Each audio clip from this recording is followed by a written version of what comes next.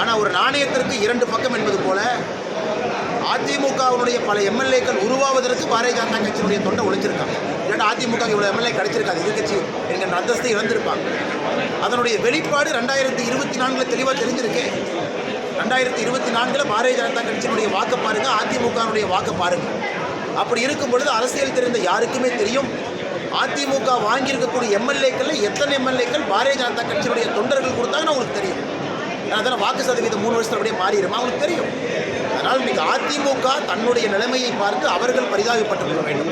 குறிப்பாக இது போன்ற தலைவர்கள் அவங்க எங்கே இருக்கிறாங்க, அவர்கள் மேலே வருவதை பற்றி யோசிக்க வேண்டுமோ தவிர காலையிலிருந்து இரவு வரை பாஜக பாஜக பாஜக என்று சொல்வது மட்டும்தான் அவருடைய வேலையாக இருப்பதாக நான் பார்க்கிறேன். ஊழல் எந்த ஆட்சியில் அதிகமாக இருக்குன்னா தமிழ்நாடு, நான் தொடர்ந்து சொல்வது, தமிழ்நாடு என்பது ஊழல் நிறைந்த ஒரு மாநிலமாக மாறிடுச்சு.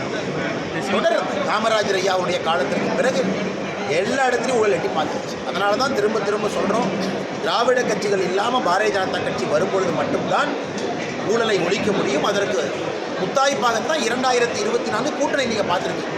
அதனால தான் நம்ம கூட்டாட்சின்னு சொல்கிறோம். 2026 இந்த 2024 கூட்டணியே இந்த ஊழலை ஒழிக்கணும், திராவிட கட்சிகள் இல்லாத ஒரு மாற்று அரசியலை தமிழகத்தில் கொண்டு வர வேண்டும் என்று தான் அந்த என்டிஏ கூட்டணியை தமிழகத்தில் உருவாச்சு.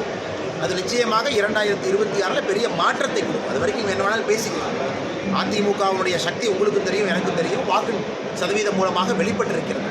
அந்த இயலாமையை, ஆற்றாமையை, பொறாமையை இது போன்ற பத்திரிகையாளர் சந்திப்பு மூலமாக அண்ணன் ஜெயக்குமார் அவர்கள், செல்லூர் ராஜா அவர்கள், அண்ணன் ஆர்பி உதயகுமார் அவர்கள் எல்லாரும் காலையிலிருந்து நைட் வரைக்கும் இதே பேசிட்டு. செய்திகளை உடனுக்குடனும் துல்லியமாகவும் தெரிந்து கொள்ள சப்ஸ்கிரைப் பண்ணுங்க.